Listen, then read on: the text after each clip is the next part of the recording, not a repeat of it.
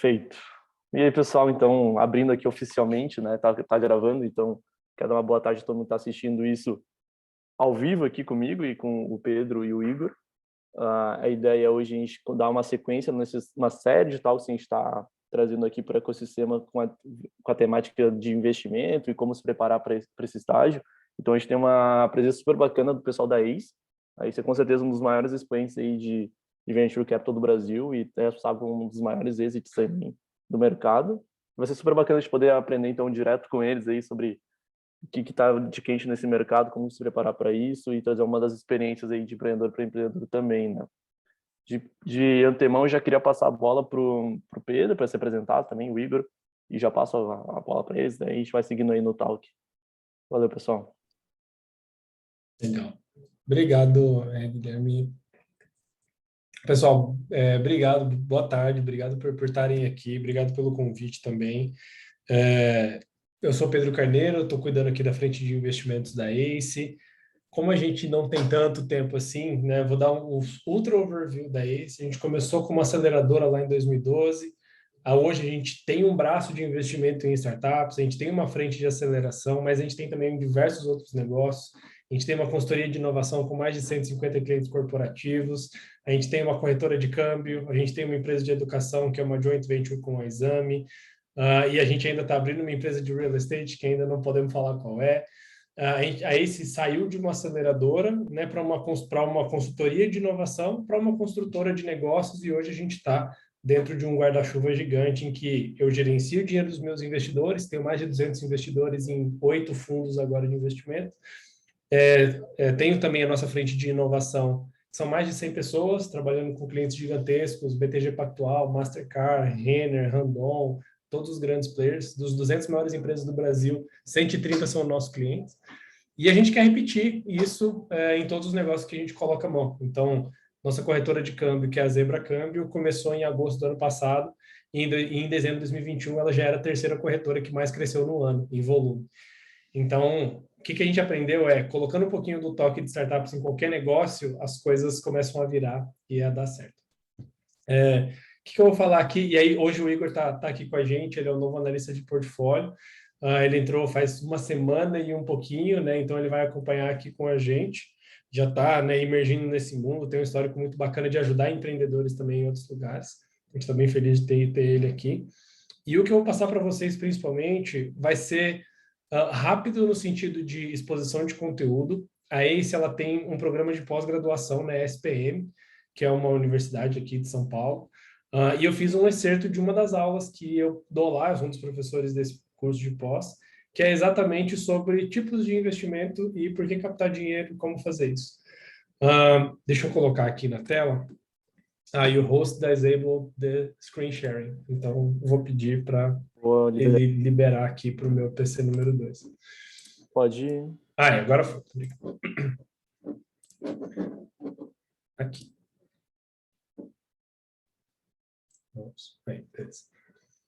Algumas curiosidades sobre mim. Antes da ACE, eu empreendi, tive uma empresa de energia solar, fotovoltaica, fiquei 5 anos, depois vendi. Depois eu fui trabalhar na Natural One, que é a empresa do suco da tampinha verde. Fiquei 2 anos lá até a gente fazer a virada do negócio. Foi o primeiro ano que a empresa deu lucro, em quase 10 anos. E depois tive uma empresa de impressão 3D, né? Então eu tenho um monte de coisa impressa 3D aqui, eu tenho algumas impressoras e tal. E aí depois eu vim fazer tudo isso e empreender aqui dentro da ACE. Eu sou engenheiro civil de formação, então gosto do ofício de tocar obra e de colocar as coisas para rodar no mundo real e principalmente de transformar as coisas no mundo real. Onde eu aprendi que dá para fazer isso aqui que a gente está transformando, né, as empresas e as vidas das pessoas. Hoje a gente está com 60 startups no nosso portfólio, a gente já investiu em 120, e dessas 120 a gente já vendeu 24. Essas 24 a gente vendeu para Itaú, B2W, Localweb, Mercado Livre, Cobase, Loft, Empíricos e vários players do mercado que usam as nossas startups para crescerem os seus negócios, né, colocarem novos produtos. E no meio do caminho a gente transforma todos os empreendedores que estão nesses negócios em milionários, que é a parte mais legal de todas. Legal. Como que a gente faz, então, para vocês, né, entrarem e participarem de todo esse processo? Nem vou fazer muito jabá aqui da ACE, só que Queria muito separar um jeito que eu consiga vê-los aqui. Bom, eu nem vou separar muito aqui Jabá da Ace, mas vou mostrar um pouco do que a gente tem passado aqui sobre captação de investimento. Na minha startup, eu não fiz captação de investimento, eu comecei a empreender em 2013, 2014, fui até fim de 2017, e a gente nunca pegou R$ 1 de investimento de fora. Por quê? 2013, 2014 era um outro mercado, mesmo estando dentro de um polo de tecnologia que era da Unicamp, não tinha muito investidor, não tinha muito Demo Day, eram coisas mais raras e difíceis de acontecer. Então a gente não considerou que era para a gente. Só que quando a gente olha para o mercado hoje, né, a maioria das empresas que começa, ela pode ganhar um diferencial muito importante quando ela pega dinheiro de fora. Por quê? Você precisa de um capital de partida, pode ser um seu, pode ser do Family and Friends, pode ser uma linha, né, de crédito no banco, só que a depender do tipo de negócio, você não consegue colocar nada relevante de pé só com essas três coisas. Muitas vezes você vai precisar montar uma estrutura maior e o investidor, ele vem a calhar aí.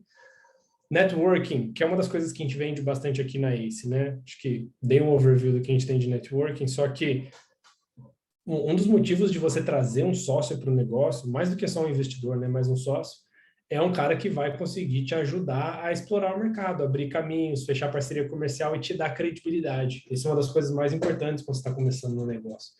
Se eu te falar que o negócio do Igor aqui, ele é um negócio muito legal, tem 1.000 assinantes e ele fatura R$ 100 mil, é legal. E se o negócio do Igor tem 1.000 assinantes, fatura R$ 100 mil e acabou de ser investido pela Mona X, $20 milhões, opa, por quê? E aí você começa já a pensar em volta de, tá bom, mas o que esses caras grandes e importantes viram aqui no negócio do Igor? Então, isso gera um networking, uma credibilidade intrínseca. E você ganha tempo. Eu acho que esse é o principal. Tem os conceitos que vocês já devem ter ouvido falar, que é o principal, que é o runway. E não é runaway, como muita gente fala, de sair correndo, mas runway de pista de decolagem. Quanto tempo você tem, né, para fazer os testes que você precisa fazer, colocar o negócio de pé e executar a tua visão? Raramente o negócio ele nasce já lucrativo do dia zero. E o runway é a pista que você tem para acelerar. E se o negócio chega numa massa crítica, na velocidade que precisa, você consegue decolar. E o avião que decola não precisa mais de pista. Isso, na minha cabeça, é a geração de caixa. Né? Quando você para de queimar dinheiro, você começa a gerar caixa, a sua pista não importa mais e você sobe. Então, esses são os três motivos principais para você começar a olhar e trazer investimento de fora, investidores de fora. E o ponto principal é velocidade de crescimento é o mais importante. Claro que dá para chegar lá sem dinheiro, né? E muitas vezes é um caminho que ele é bem relevante para a pessoa que vai construir o negócio da vida dela ao longo de 15, 20, 30 anos. E ela pode construir, eu conheci muita gente assim, eu acho que o Igor conheceu muita gente assim no tempo de Sebrae dele também, e é o que a gente chama de lifestyle business, e não tem nada de errado. Pessoas ficam ricas construindo os negócios dos sonhos e da vida deles, pouquinho a pouquinho, step by step. Só que quando a gente olha para negócios que são exponenciais, principalmente os que olham para tecnologia, para software ou para alguma coisa mais disruptiva, chegar lá primeiro faz toda a diferença. Então, olha o Uber, olha o iFood, que inclusive a Movile é do grupo de ex-alunos da Unicamp. Olha para todos esses caras que hoje são dominantes do mercado e a velocidade em que eles chegaram lá gera um diferencial competitivo, uma barreira de entrada para esses outros entrarem. Muito mais difícil. Né? Quem vai tomar água, ela já está suja. Principalmente para você aprender mais rápido, para você ir para o mercado mais rápido e para você vender mais rápido. Porque o cara que assina o Netflix, ele não assina todos os outros. Né? E aí é a disrupção que a gente está vendo agora. Né? Agora está tendo esse unbundling. Mas o cara que tinha TV a cabo, ele cancelava a TV a cabo para ir para o Netflix, porque era mais barato. Então, o fato deles terem chegado antes com a proposta de valor diferenciada fez os caras chegarem lá mais cedo. Isso é uma coisa que eu passo nas aulas aqui e continua tão atual quanto.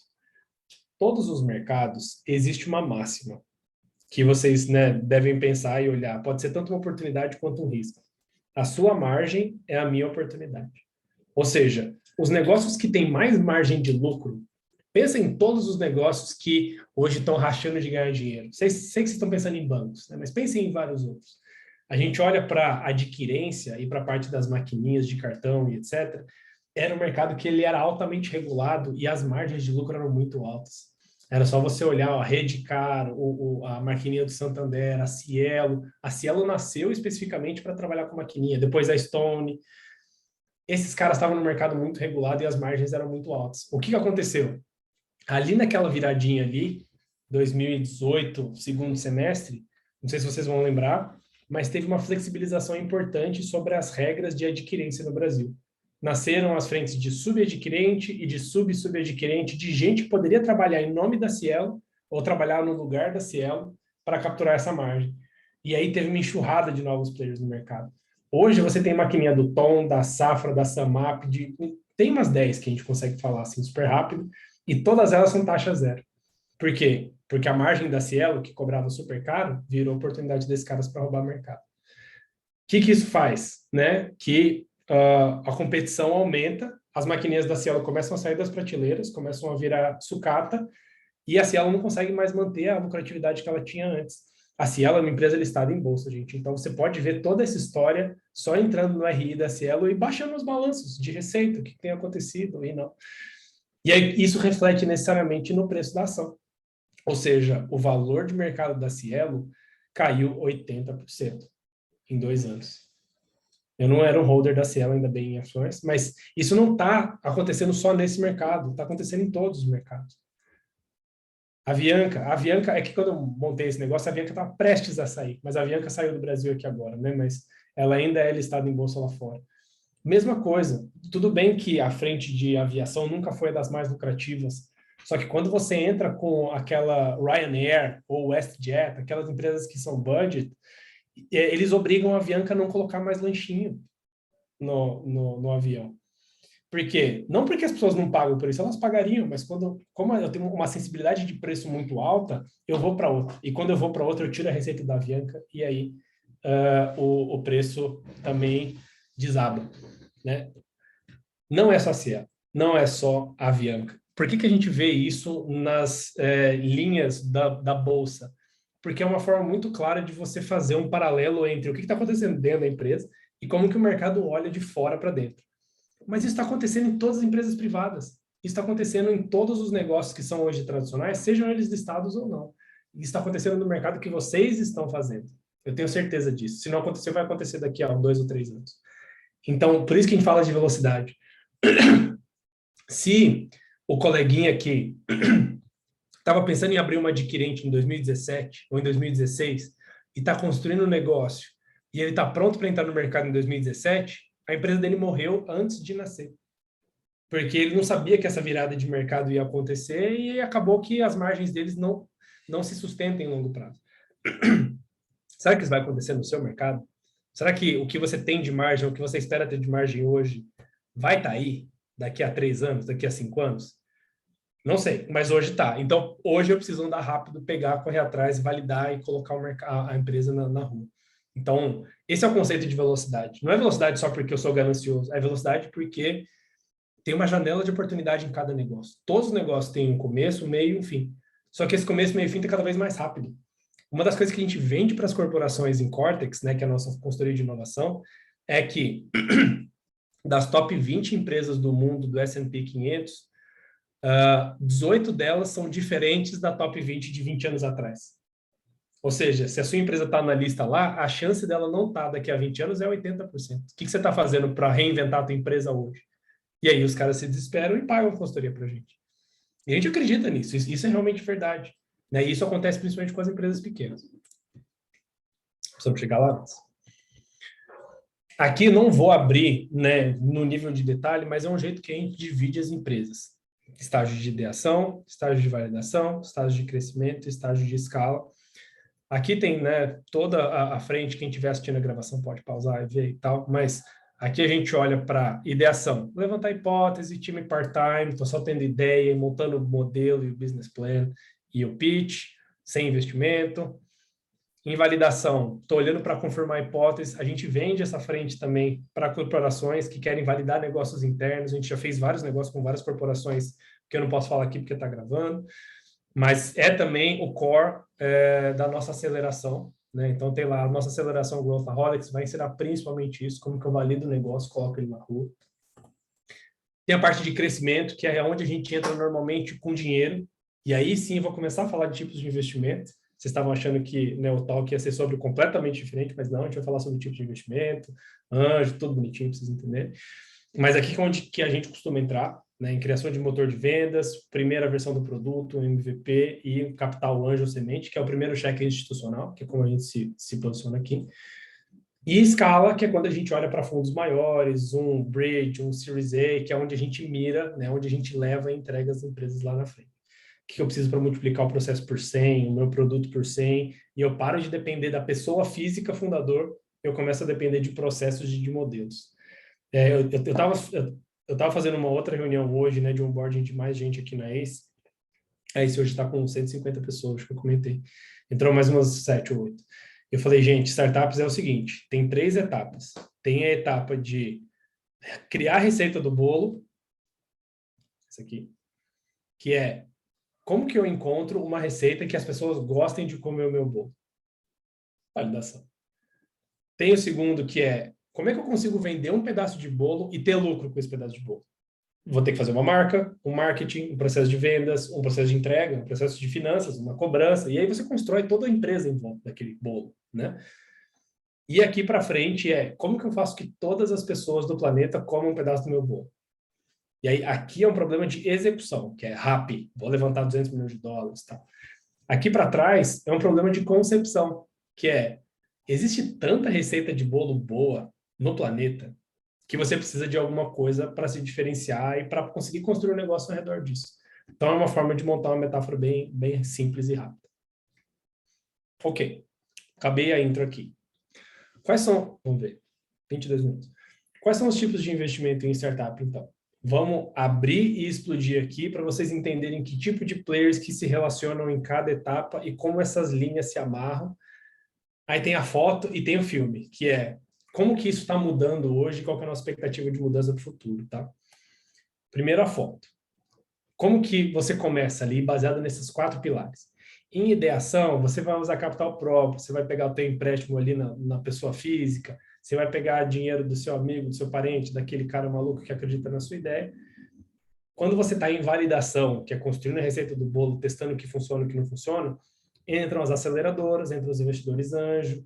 A gente fazia esse tipo de investimento nesse estágio, hoje não mais, hoje a gente empurra mais para frente. E na frente de crescimento, a gente entra em fundos de venture capital, e lá em escala, lá na frente, são fundos de private equity. Na minha época de Natural One, a Natural One tinha sido investida por um fundo de private equity que trouxe todo o time para poder fazer a virada da empresa. Eu entrei nessa rodada, né, de pós-investimento para ajudar na virada dos processos. Então, essa aqui é a escadinha. Não tem uma receita muito certa sobre eu começo em A, depois vou para B, depois vou para C, só que isso é muito adequado ao perfil de risco de cada negócio, né? Os anjos, eles são mais adeptos a risco, porque normalmente ele vai investir um valor menor em coisas que ele já entende ou que tem um relacionamento muito próximo, e quando a gente olha lá para outra ponta, private equity, é um investimento muito mais numérico, né? De como é que eu multiplico aquele capital, eu quero correr menos risco, é um investimento mais institucional. Tem um mapa muito legal que eu vou pedir para o Guilherme passar para vocês depois. A gente criou aqui dentro da ACE como um projeto de empreendedorismo interno, um grupo que chama Emerging VC Fellows. Ou seja, é uma fellowship, né, um grupo de todos os analistas, associates, estagiários e etc., inclusive eu preciso colocar o Igor, que trabalham no mercado de investimento do Brasil. Tem mais de 60 casas lá, 250 pessoas, e esse time fez um mapa atualizado desse aqui, e eu vou pedir para eles colocarem o link, e lá vocês vão ter o acesso e o contato com cada um e o que eles estão buscando.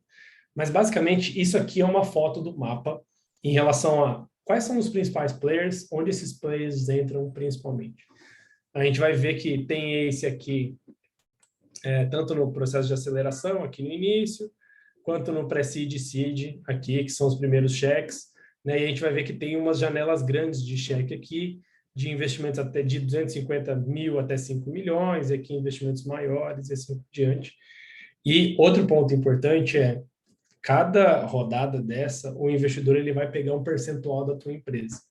Esse percentual precisa ser muito bem discutido, porque se for um percentual muito pequeno, se for um percentual muito grande, você fica com pouco percentual na tua mão, empreendedor, para poder ceder para próximas rodadas e para próximos investidores. Só que se for um percentual muito pequeno, você está precificando a companhia muito caro. Se você vende 1% da sua empresa por 100 mil reais, sua empresa vale 10 milhões. E a questão, quando eu olho como fundo, tá bom, se essa empresa vale 10 milhões hoje, o que ela precisa para valer 1 bi? Porque eu preciso multiplicar esse negócio por 100. Então, essa diferença, né, esse delta é importante quando você olha na cabeça de um fundo. Para pegar dinheiro, preciso ceder participação? Preciso trazer um sócio? Né, se eu quiser me financiar? Não necessariamente.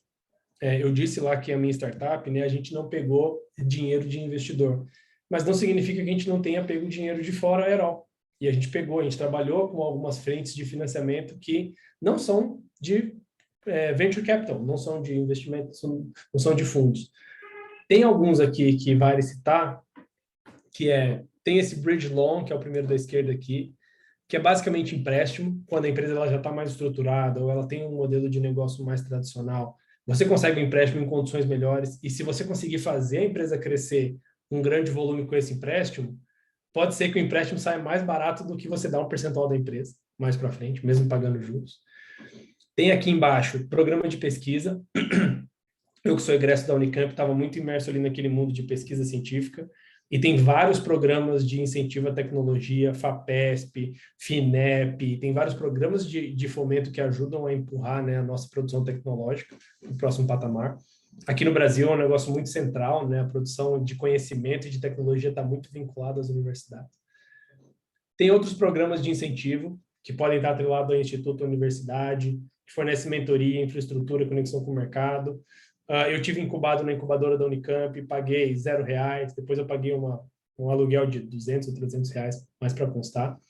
E tem, por último, o crowdfunding, que vocês podem olhar para plataformas como Cria, como Begin, como o Exceed, que é uma forma de trazer microinvestidores para o seu negócio, e você, né, consegue uma pulverização maior. Isso funciona principalmente quando você vende algum produto físico e o consumidor final pode olhar para aquilo e se identificar. Né?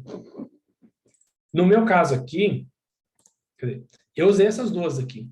A minha empresa, ao longo do período, né, que eu rodei, a gente levantou 1.300.000 baseado nesses dois programas de incentivo. E 1.300.000 é bastante dinheiro. Aí ajudou bastante a gente ali no início, e hoje a gente não deve nada para ninguém, né? Claro, eu saí da empresa em 2018, só que hoje os sócios eles continuam donos de 100% da empresa, e não tem um investidor ali que eu preciso prestar contas ou dar liquidez, porque eu aproveitei bem esses dois programas. Aqui no Brasil a gente tem bastante acesso, e quando você trabalha com uma tecnologia mais profunda, tem muito espaço ali.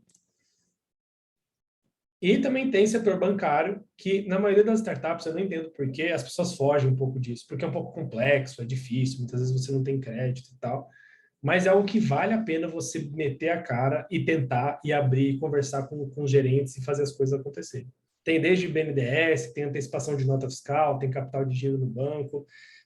Na minha startup, a gente quase quebrou 3 vezes por falta de dinheiro, por causa de um pagamento de R$1 milhão, R$2 milhões, que era para vir de um cliente que não veio, e a gente tinha que pagar um fornecedor, tinha que pagar os salários e tal. E a gente ficou letrado nessa situação, até um certo ponto que a gente tinha 9 linhas de créditos abertas com 9 bancos diferentes ao mesmo tempo.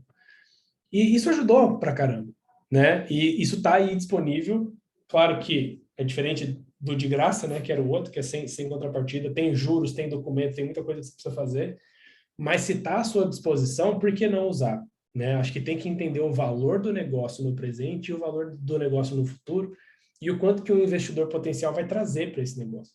Se ele é grana pela grana, talvez o banco seja melhor. Se ele é grana pela grana, talvez você participar de um edital de fomento seja melhor. Mas se é um cara que você quer como sócio, aí eu acho que dá para começar a conversar.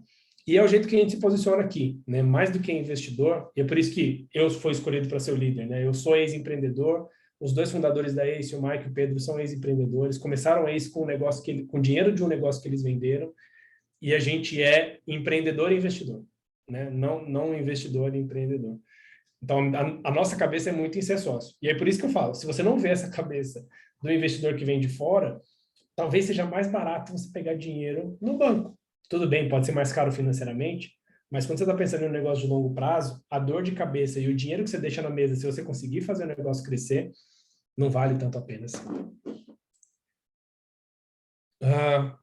O valuation e diluição.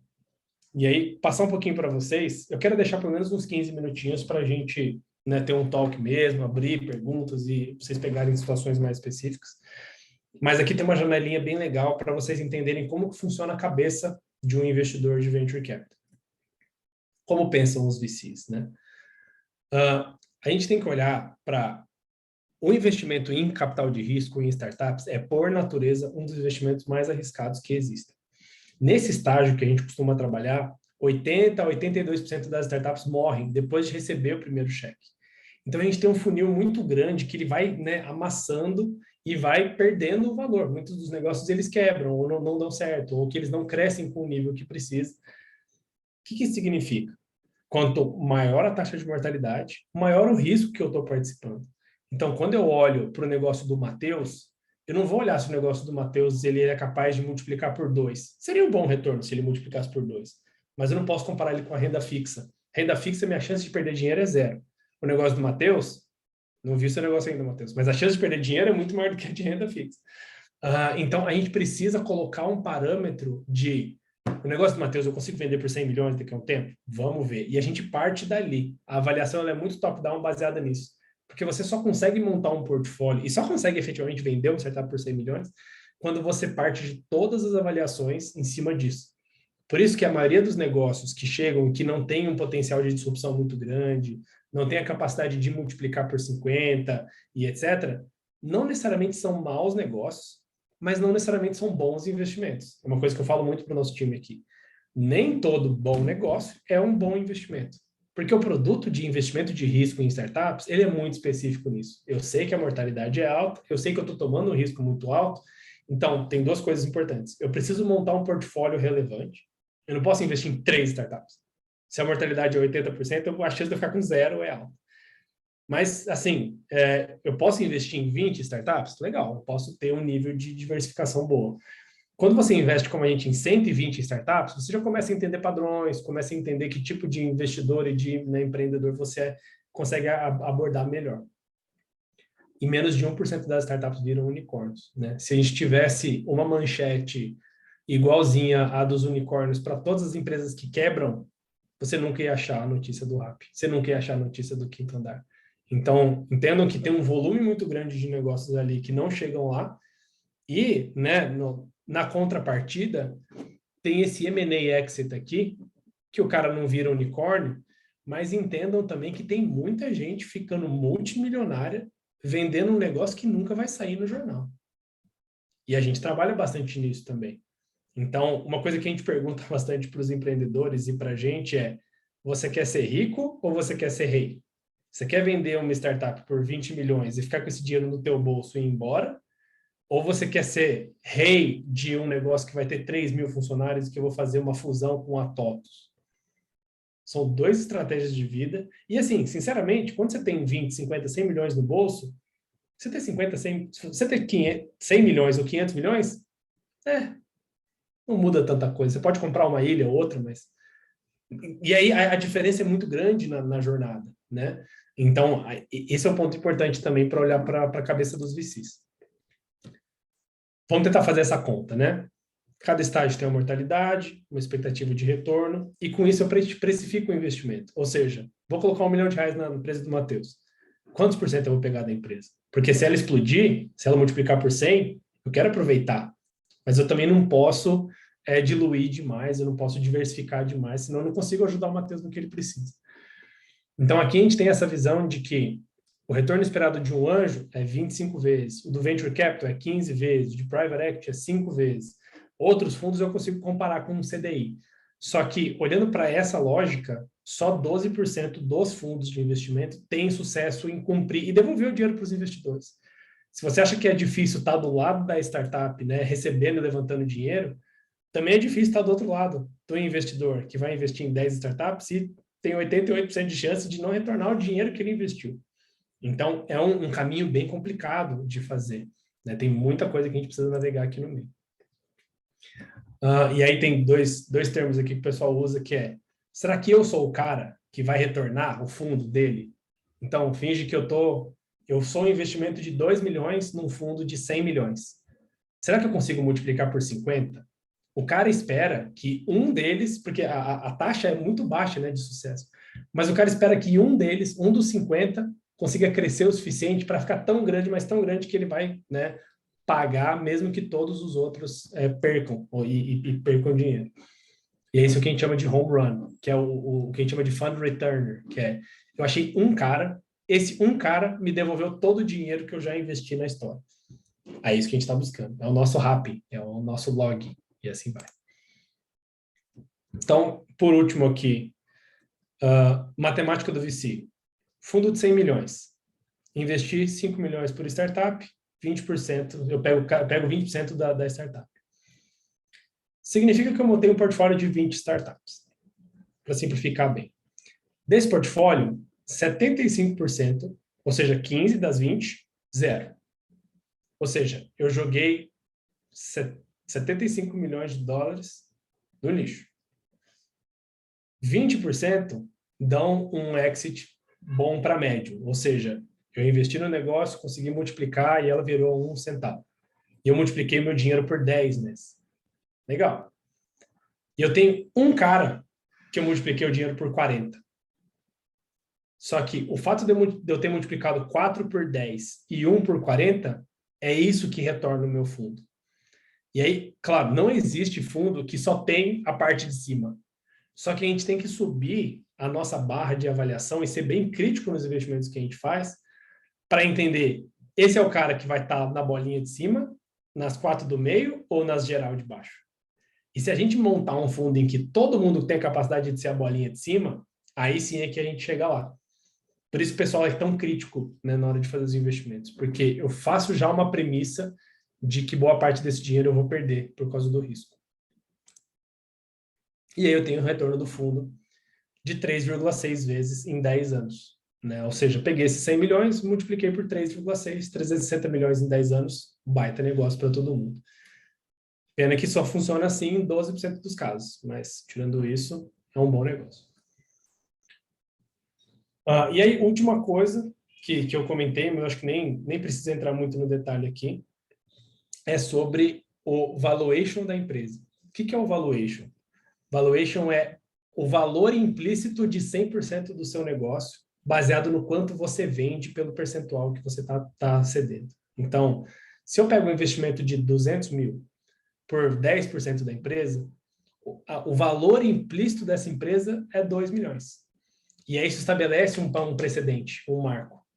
O próximo investidor, o investidor atual, né, que pegou os 10% da empresa por 200 mil, ele não vai ficar muito contente em pegar uma próxima rodada num valuation menor, porque significa que, na prática, a participação dele desvalorizou, e ele está perdendo dinheiro nesse negócio. Então, isso gera uma pressão para a empresa continuar crescendo sempre e justificar valuations cada vez maiores. E nem sempre isso é sustentável. Né? E aqui, né, cada estágio, né, tanto o seed, o Series A, toda aquela escadinha que eu montei, o valuation ele pode ser avaliado por alguém de fora, tipo a ACE, tipo outros fundos, em relação a vários parâmetros. Como que eu comparo se o negócio do Matheus ele vai ter mais potencial de retornar o meu dinheiro do que o negócio da Ayula, ou vice-versa? Eu vou pegar alguns parâmetros, eu vou olhar qual que é o número de usuários, qual que é a receita por usuários, qual que é a receita total, eles geram lucro ou não? Tudo isso, apesar de não ser, né, uma coisa escrita em pedra, mas tudo isso são indicadores que podem antecipar um sucesso ou insucesso de um negócio. E a gente, né, se baseia bastante nisso para poder tomar as decisões.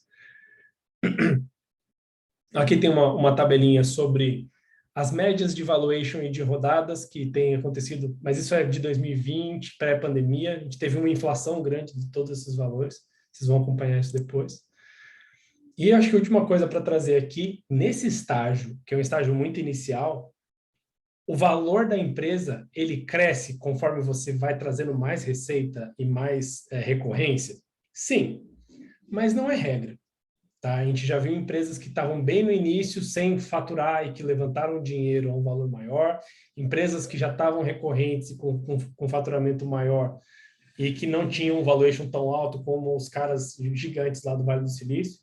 Ou seja, existe uma correlação entre resultados da vida real, faturamento, com o quanto que a empresa vale sob os olhos dos investidores. Só que o que mais importa nesse estágio são todas as coisas que eu falei. Qual que é o diferencial competitivo? Qual que é a estruturação do time?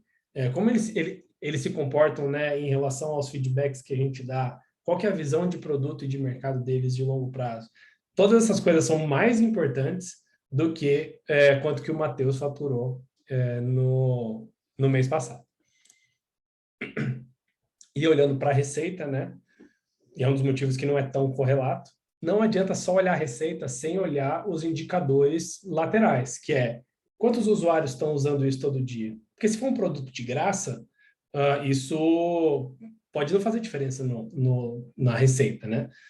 Quais as atividades por usuário, quanto que custa para eu adquirir um novo cliente, se os clientes cancelam, qual que é o nível de satisfação deles, se ele cresce organicamente, se ele indica para os amigos, etc. Todos esses dados ajudam a gente a compor o nosso valor percebido por uma empresa e que é o que vai direcionar, né, a nossa capacidade de investimento. E aqui, olhando para diluição versus recursos, a ideia é que você tenha um plano, uma estruturação para toda vez você vai levantar um certo capital, e isso vai ser um passo, né, um degrau para você levantar mais dinheiro e escalar mais rápido lá para frente. Então, aqui tem uma colinha bem simples que eu deixo para vocês depois, que qual é o percentual de cada investidor em relação a cada rodada. Então, antes de eu levantar dinheiro, eu teria 100% aqui na mão dos empreendedores. Eu levanto a primeira rodada, eu posso diluir até 20% do capital, de 10 a 20. A segunda rodada na Series A vai entrar um outro investidor e eu também separo um percentual para dar para os meus funcionários, que é o Option Pool, e assim por diante, né? Então, o que é importante aqui? Os empreendedores, eles vão cedendo cada vez mais a sua própria participação no negócio em nome de fazer o negócio crescer mais, que é aquela do você quer ser rico ou você quer ser rei. Resultado, a maioria dos fundadores que levaram a empresa para o IPO nos Estados Unidos tem até 15% do negócio. Quando eles chegam lá, eles não têm 80%, eles têm 15%, eles têm 5%. Ou seja, você prefere ser 5% de uma empresa de 100 milhões ou 50% de uma empresa de 10 milhões? O valor financeiro é mais ou menos o mesmo, mas o trabalho e o posicionamento e o perfil do empreendedor é muito diferente. O cara que vai para construir algo gigante e vai se diluindo no caminho, ou o cara que vai, né, vender a empresa mais cedo para um player estratégico tipo um Itaú e vai conseguir embolsar mais desse valor, né? E aqui tem uma tabelinha em relação a qual que é o percentual que os empreendedores ficaram no momento da venda do IPO. Então, tem umas coisas meio absurdas, assim, vamos ver, Zendesk. Os empreendedores tinham 14%. Vocês conhecem a Zendesk, né? Tem a Shopify, os empreendedores tinham 17%. Tem a Envivio, 5%. E assim por diante. E aqui tem uma colinha legal também para vocês entenderem o quanto que isso custa para o empreendedor, né? Não só no trabalho, sangue, suor e lágrimas, que é levar uma empresa para esse caminho, só que isso também tem um peso grande sobre o ownership, né? O quanto que ele é dono da empresa. Na maioria das vezes, ele para de ser o dono e ele é o CEO, com um percentual relevante, mas o dono da empresa agora são os investidores, que tem 80% do negócio, 90% do negócio. É isso que eu tinha para mostrar. Como eu falei, queria separar 15 minutos ali regularmente para a gente bater um papinho, e aí eu posso voltar na apresentação e tal, mas eu queria muito gastar uma energia assim com vocês para ouvir as histórias de vocês, tirar dúvidas e mostrar um pouquinho do que a gente está fazendo aqui na ACE. Talvez ajude mais do que, né, o slide. O slide eu mando para vocês, vamos lá. E é isso. Perfeito, pessoal. Vocês podem levantar a mão aqui pelo Zoom ou também acabar escrevendo via chat, caso vocês também não possam abrir aí o microfone que a gente vai lendo, tá? De qualquer forma, Pedro, eu vou ter até uma pergunta que já me mandaram aqui. que eu queria repassar para ti, né? Daí é rapidinho, né? Nessa história ali de 120 investidos que comentou, né? Tu comentou que é possível traçar até um perfil investidor, algo assim de maior sucesso, né? Eu queria que tu comentasse e gastasse um pouquinho de tempo falando um pouco mais sobre o perfil empreendedor ideal e um pouco sobre time inicial, né? Para quem está captando aquela primeira rodada, o que é bom de ter, o que é uma red flag, assim, o pessoal também entender como se posicionar nisso, né? Legal. Que eu vejo, né? E a gente olha principalmente para fazer avaliação. Idealmente é um empreendedor ou um time que ele tenha a tecnologia internalizada, ou seja, se a minha startup é um app, mas eu terceirizo a construção do app, isso é um problema. Porque eu não consigo ser disruptivo, eu não consigo ganhar escala, eu não consigo construir uma coisa que ninguém mais fez, porque eu estou terceirizando.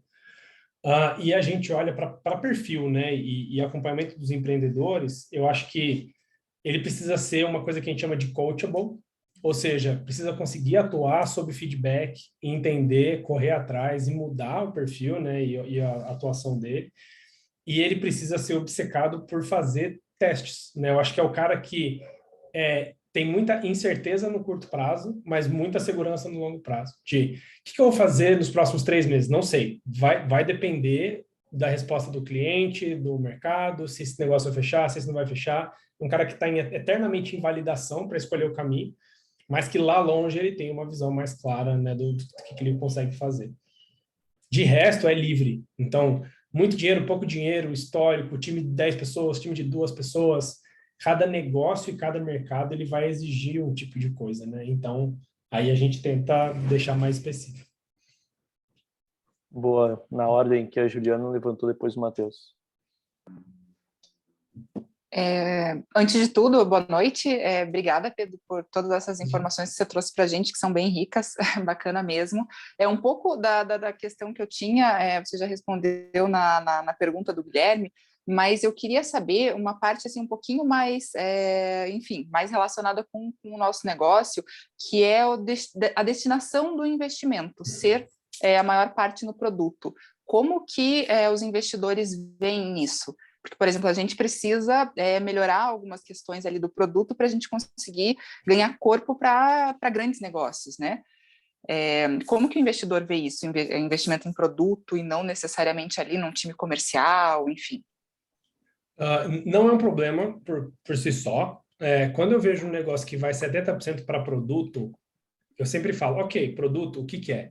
É back-end, é front-end, é próprio, é terceirizado, é algoritmo, é experiência do usuário, porque tem 1000 coisas dentro de produto, é uma oversimplification, né? A gente fala, produto. Se a gente consegue quebrar e falar, ok, meu problema hoje em produto é UX, beleza. Meu problema hoje do produto é back-end, então vai para back-end. Se a pessoa ela tem esse nível de detalhe e essa clareza do que precisa ser mudado, já ajuda muito a cabeça. O que a gente quer evitar, né? Eu estava falando com o empreendedor um dia, se eu te desse 20 milhões de reais, onde você ia colocar? Google Ads. Não, calma. Você precisa ter uma estratégia um pouco maior em marketing do que Google Ads para os seus primeiros 20 milhões de reais. E é a mesma coisa em produto, né? Vou pôr em produto? Não. Vou montar isso. Opa, legal. E algo que a gente vê muito aqui, e é um mantra nosso também, que por trás de uma boa empresa tem um bom produto. Por trás de bons empreendedores tem um bom produto. Então, a gente sempre pede um login de administrador para todas as empresas e aprofunda em todos os produtos, porque quando eu olho o produto por dentro, eu vejo qual que é o prisma da Juliana na construção desse produto. E aí isso me ajuda, isso ajuda a contar a história do negócio. Então, não é problema, mas não existe ralo. Não, aqui é um bloquinho chamado produto, eu vou jogar todo o dinheiro lá. Você abrindo a estratégia e mostrando o que precisa ser feito, não tem problema. Legal. E uma outra dúvida, mas até mais rapidinha, é em questão que você falou que o perfil, né, das pessoas, do time, né, joga uma questão muito importante para o investidor. Sim. Mas o quanto dessa trajetória, por exemplo, a gente tem que perder tempo contando sobre a trajetória para tentar convencer o investidor, ou ele sente mais pelo feeling? Como que é essa relação para entender um pouquinho o perfil né, do time?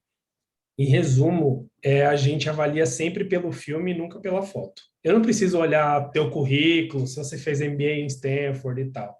Mas eu preciso conversar com você e falar, olha, isso aqui eu não entendi, para mim não está claro e tal. Daqui a um mês, você está lá com o negócio montado. Opa, Aí sim, entendeu? A gente olha porque tem muito empreendedor que ele é muito bom e muito bem formado, só que ele tá cego para uma coisa que é crítica no negócio e a gente tá lá martelando na cabeça e não entra.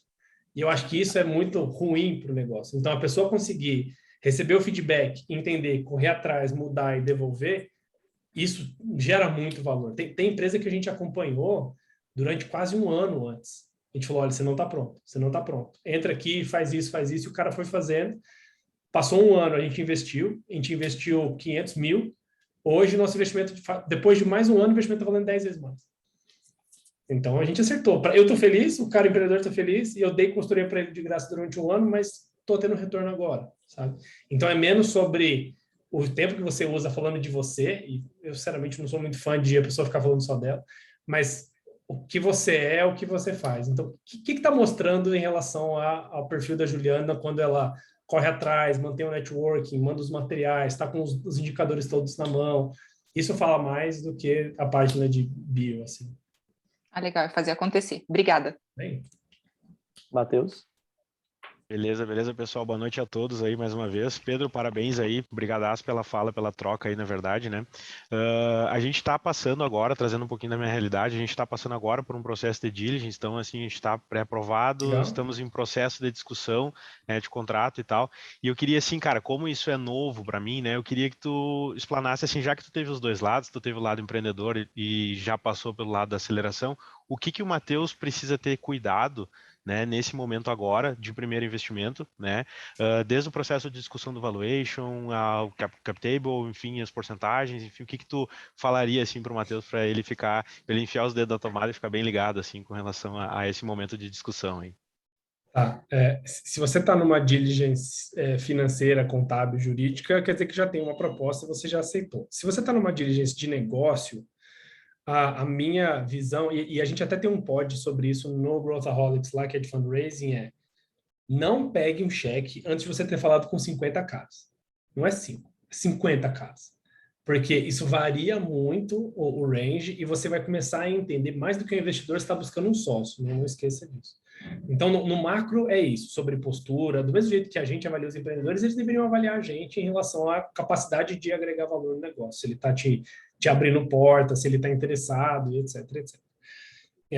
Beleza, esse é o mais óbvio. Fora isso, quando a gente olha para contrato e para amarrações e tal, o que a gente sempre fala para os empreendedores evitarem?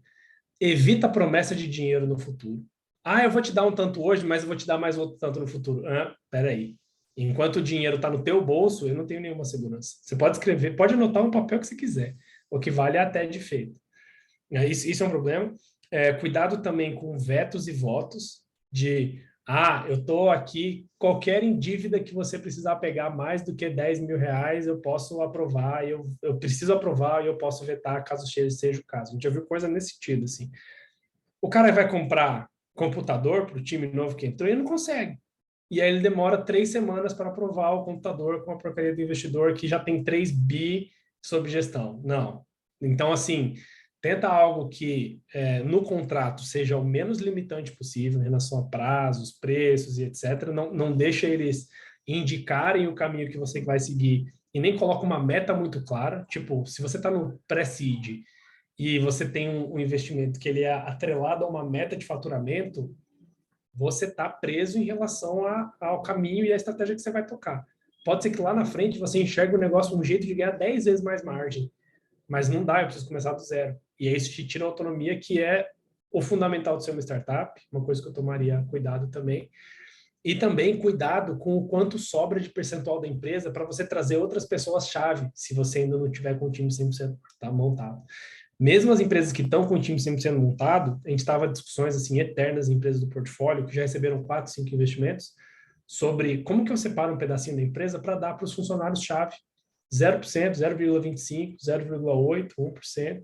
Isso faz falta lá na frente. Se o negócio começar a dar certo, você começa a colocar muito investidor, todo mundo vai ser bem ganancioso com as cotas que comprou, faz sentido.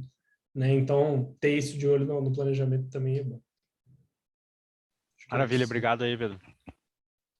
Boa, me perguntaram também aqui no chat como que faço para apresentar a startup para vocês, pode também fazer até mesmo um jabá agora também, Pedro, com o processo de seleção de vocês aí, o pessoal também poder apresentar os seus negócios.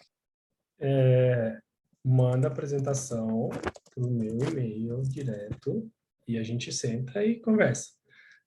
Sobre o jabá, eu espero muito, né? E eu gosto muito que as coisas que eu falo para os empreendedores fazerem se reflitam na gente, assim. Então, eu acho que estar aqui, abrindo todos os segredos, abrir uma coisa que é paga lá na ESPM e deixar, né, as nossas portas abertas aqui, eu acho que conta um pouco sobre o que a gente tem de identidade Ace. Acho que isso não é só de mim, né? Mas é o que todo mundo tem aqui. Coisas legais, né, que corroboram com a nossa história. Dos 24 empreendedores que a gente vendeu o negócio deles junto com eles e fizemos uma grana, 8 deles já voltaram e vão investir nos próximos fundos 10. Então, o cara, ele vê a jornada de fim de startup dele como um novo recomeço. Então, esse, para mim, é o principal NPS, né? Peguei o cara lá atrás, que o pai dele era feirante, que vendia pastel na feira, e hoje o cara é investidor do fundo e ele tem um family office dele, é muito foda. E eu acho que ele escolher a gente para colocar a fortuna dele, isso me deixa muito feliz. Eu acho que isso é o que mais fala sobre a gente. Assim, é algo que, quando a gente vai construindo essa jornada com os empreendedores, ninguém quer ir embora. Então, espero que o negócio de vocês seja o mesmo. Boa. E o Vini, então, para encerrar, a última pergunta. Eu acho que você está no mudo. Está no mudo. Ou alguma coisa com o seu microfone. Calma aí, acho que ele vai tentar arrumar. Se quiser, pode digitar também. Eles estão dentro da sala, eles vão trocar. Agora deu.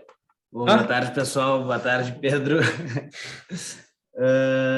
Voltando no início da tua apresentação lá, tu disse que os modelos de negócio eles sempre precisam ser testados e ajustados para ser lucrativo, mas também, ao mesmo tempo, eles precisam chegar primeiro no mercado.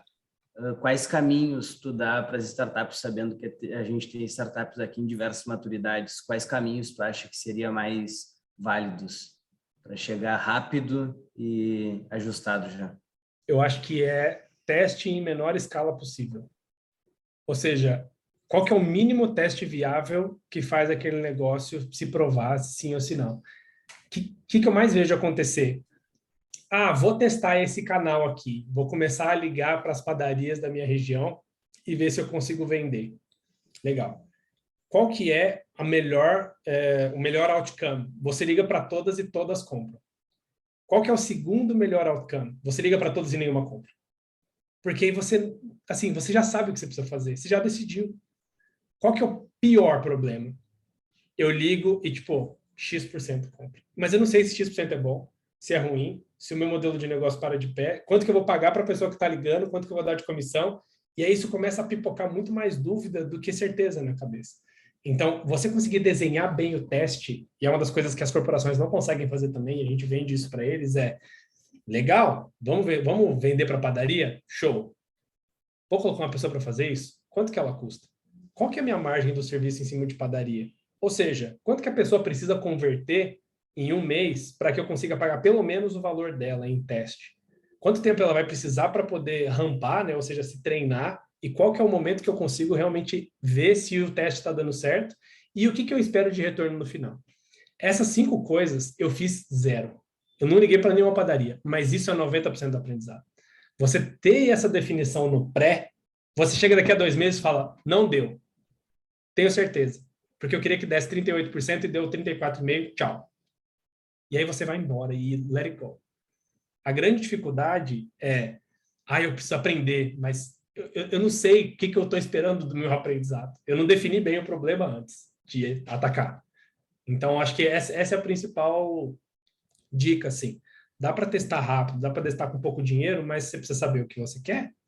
Você sabendo o que você quer, você fala sim ou não muito rápido. Se você não sabe o que você quer, eu vou testar mais 6 meses, vai que, né? E aí fica. E a empresa vai tocando, fica 1 ano, 2 anos, e aí você não chega lá na velocidade que precisa. Show, muito obrigado. Feito, Pedro, agradecer a tua participação hoje, deu certinho aqui o tempo, então em ponto, né, 19 horas. Se quiser deixar uma última palavra para o pessoal, um contato também, a gente finaliza aqui. Legal. Pessoal, muito obrigado por estarem aqui durante a noite. Espero ter ajudado e dado um pouquinho de luz assim para vocês. Estou sempre à disposição no meu e-mail aqui direto. Vocês vão falar com alguém da ACE, comigo, com o Igor, com o Guilherme, com o Luiz e com todas as outras pessoas que têm a mesma cabeça, a mesma vontade de ajudar.